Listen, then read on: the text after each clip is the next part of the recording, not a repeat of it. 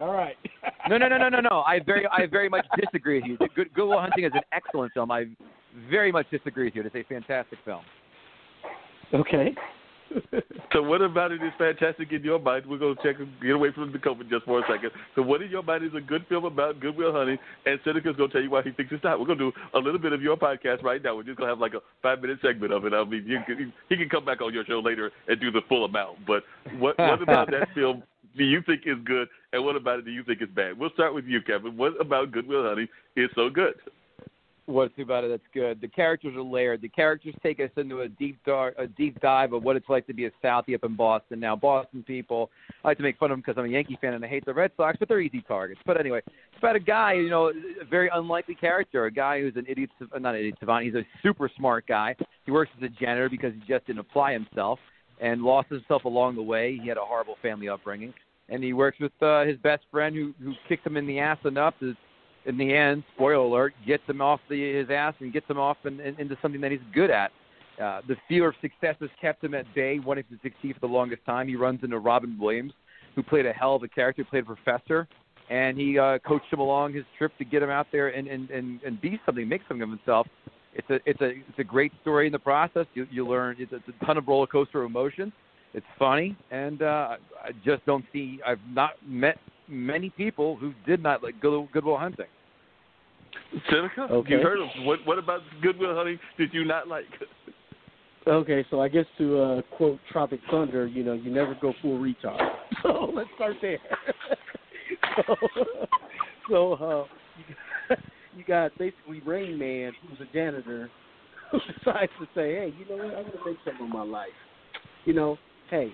Let's make it even better. We're in Boston, of all places. Let's go with the Boston accent because, hey, I've done every other film in Boston. I'm talking about Matt Damon. So, let's just keep it in Boston and, hey, you know what? But I think I want to that was my his life. first film. That was honestly his first. Yeah, he was in School first Ties, film. but that doesn't matter. I mean, but that's where they're from. And he's not Rain Man because he's not autistic. He's a regular dude who just had a bad depression. He's not Rain Man, so that doesn't apply to this argument. Close enough. All right, so we had the battle there. It's not really close. It's apples and oranges, but all right. Apples and oranges. So I think I've got to give it to Kevin this time, and I know you, Seneca. I want to give it to you, Seneca, but you're a friend. But I've got to give it to Kevin on this case. And Kevin, I've just met recently, but I think he actually did a better job of making his case, Seneca. So I'm gonna have to give that one to Kevin. But we're gonna keep this thing going for a minute, and then I'm gonna come back to some more serious conversation. But we got Mark Montalban, who's out of California, so I'm sure he's got some film that he really hates. So, Mark, what is it? What's the film that you absolutely hate? And we're gonna see whether you do better with Kevin and his whole concept of good films that were overrated. And you live in California, so I'm sure there's a film that's out of California that you can't stand. I'm gonna need a little bit of time to think about this. One thing with mindfulness and meditation, you try and focus on all the good all the time. So I'm not used to thinking about something on that end. I need a little bit of time. No problem. If you come up with something, we'll toss you out there and see if you got one. Bobby, you got one?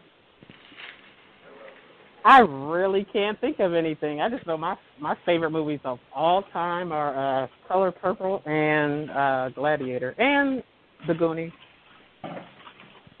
Well, that's funny you say The Goonies. We actually had a guy come on and take down The Goonies, and I tell you at first, I mean, I'm a kid. Abomination. Yeah, I loved it when I was younger, but as an adult, that film is not good. It does not hold up. It is laughable in a lot of different places when you rewatch it. I mean, for example, there are so many. I know. This is the one of the films that our guest has selected that has really caused a real uproar because, again, people of my age and maybe your age, I don't know how old you are, this is one of our anthem movies, but it's really not that good. Here are a couple problems with this one. First of all, the one scene that just drove me insane was, remember when they were down there in the sewer, but they didn't get to the ship area yet. And then the bad guy, if you want to call him that, he's really a wimpy bad guy, and his three buddies are hanging outside of a well that just happened to be there. You tell me the last time you ever saw three high school guys just hanging out outside of a well, especially without any booze in there. That's just silly. That's a problem. I don't know anybody who makes that bio well, to be honest with you. Right, yeah, you're right. Right. You're right. And another problem I have with this, if you remember this part, remember when they're on the pirate ship in the very end, and the Moffatelli throws over the guy's girlfriend. Now, all he had to do was, Josh Brolin, the character name, all he had to do was, once he threw her over, instead of just running in and jumping in and trying to go right after her, he could have done a good 2 Mississippi and knocked Moffatelli into the water as well. I mean, those kids gave those guys a million chances to overtake them, and it was just silly. That was the way that was, and it was a bunch of kids screaming the entire time. If you really watch it, everyone's screaming nonstop, and it just gets grating after a while. As a kid, I kind of liked it. I'm not like, wow, that was a great. I mean, I liked it. I wasn't loving it, but I liked it. But as an adult, man, it just does not hold up. I hate to tell you, but oof. I'll have to watch it tonight and see if it's as horrible as you say. I'll check it out. Yeah. Oh, you just ruined her favorite movie, Kevin. I know. Listen. Shame on you. I got a movie for you guys. You can't do that. You got a movie for us? Yeah, so ever since I started practicing mindfulness and meditation, the genre of horror has really gotten onto my bad side. So one movie that I particularly don't like is Saw, for example, because it portrays such a horrific reality that I think it's not good for kids especially, and even adults, to just digest and allow to influence their psyche. Well, Saw is rated R for that just exact reason, so kids should not be watching this. But that's what it is. It's a horror film. But it's a realistic horror film, which makes it. And I enjoyed Saw. Now the sequel's not good, but you know why it's good? It took an interesting turn on horror films and made it a lot different. Took you in the mind of a maniac, but again, different ways. Had to solve traps, so that way you can appreciate the value of life and what a gift life is. I thought the first Saw was fantastic. It really does, and it still holds up quite well. The sequels, I will not defend. Most of them are very bad. Some are okay, but okay at best. The first Saw film is fantastic. I loved it. Maybe because you're a little too close to home, that may strike a chord with you, but overall, Saw is a fantastic film. Okay, so it looks like he's maintaining his own with everybody. Now, Dean, you got a movie for him? And then I'm going to get off this, and we're going to get – because I also want to hear what he's got to say about sports and whether we're going to have sports, because, like I said, he does fantasy, but he lives in Manhattan. But do you have a movie for us that you love, but you didn't really like it all that much? You actually hated it, even though it was a box office hit. I didn't love it. I don't even know if it was a box office hit, but The Adventures of Pluto Nash was horrible, man. Well, let's stop right there. Again, the criteria of the podcast is A, it has to be successful, B, it has to be widely beloved, or C, critically acclaimed. Pluto Nash is D, none of those. Pluto Nash was one of the biggest bombs in the history of mankind, and I think honest to God, I think on Rotten Tomatoes it has like a 5% success rate, which meaning that 5% of reviewers gave that film a positive review. I have or will never see Pluto Nash, so. Bully for you, sir. You have more free time in your hands than that. Or the biggest Eddie Murphy fan, but I just can't imagine watching that. No, you know what? I was bored one day. I said, let me take a look. This was years ago, and I saw it. I got halfway through it, and I was like, you know what? That's it. I can't do this whole movie now. My favorite movie of all time is one that some people don't like for the fact that the main character was not ever seen in that light, and that movie is Training Day. For me, great film. Love Training Day. Great. You know, that's my favorite movie. It's not what you know, it's what you can prove. Very true with that. I want to get to sports. We've got another caller on as well. 630-202. Who's calling in from that number? Oh, that's me. Hi, I'm Sabine from Chicago. Hey, how are you doing from Chicago? I'm glad that you were able to call in.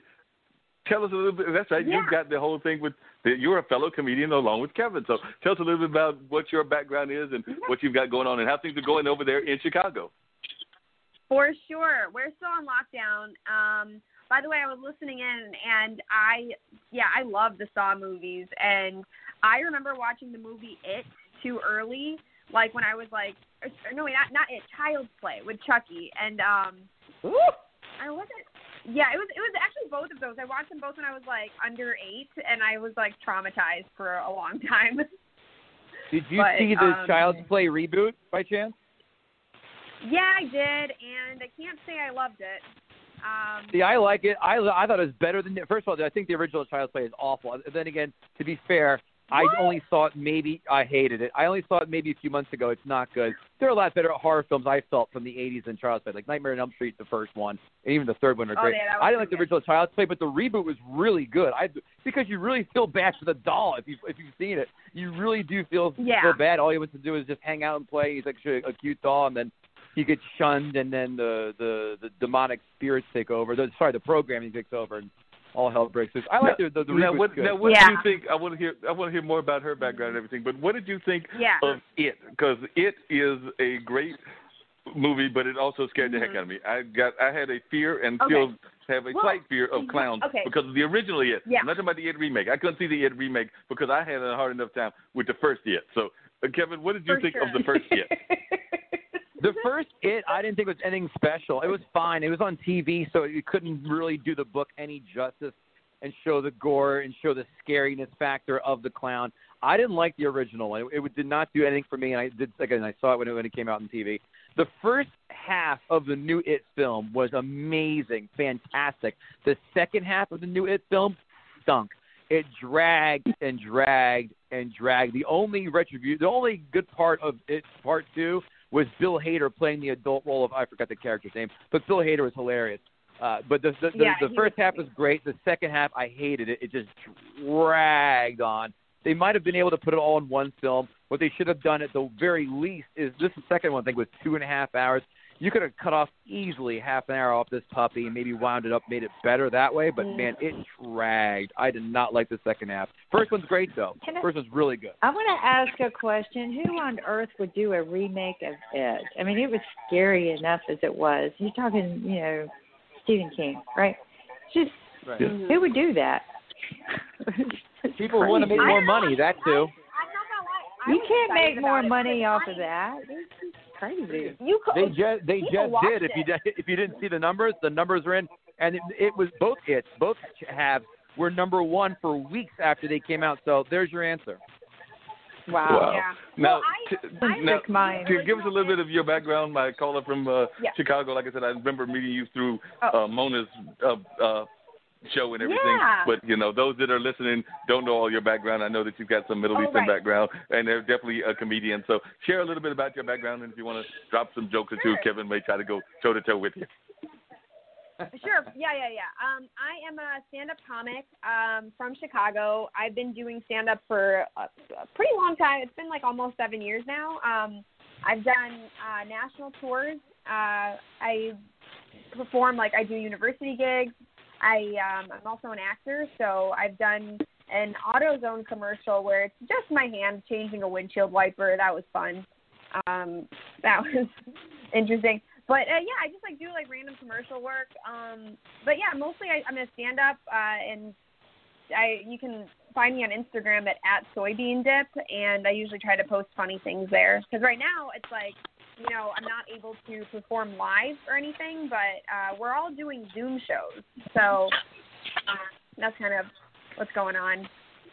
Now, one of your Zoom shows, it was one that you did with Mona, you actually played on the fact that, and Mona did the same thing, that everybody now is Middle Eastern because we're having to do all the stuff that y'all as a culture have been doing for years, including the hand washing and the wearing the mask and different other things. So I will share a little bit of that because I just thought that was hilarious when you were sharing some of your life story and just putting it in that kind of context. Yeah, for sure.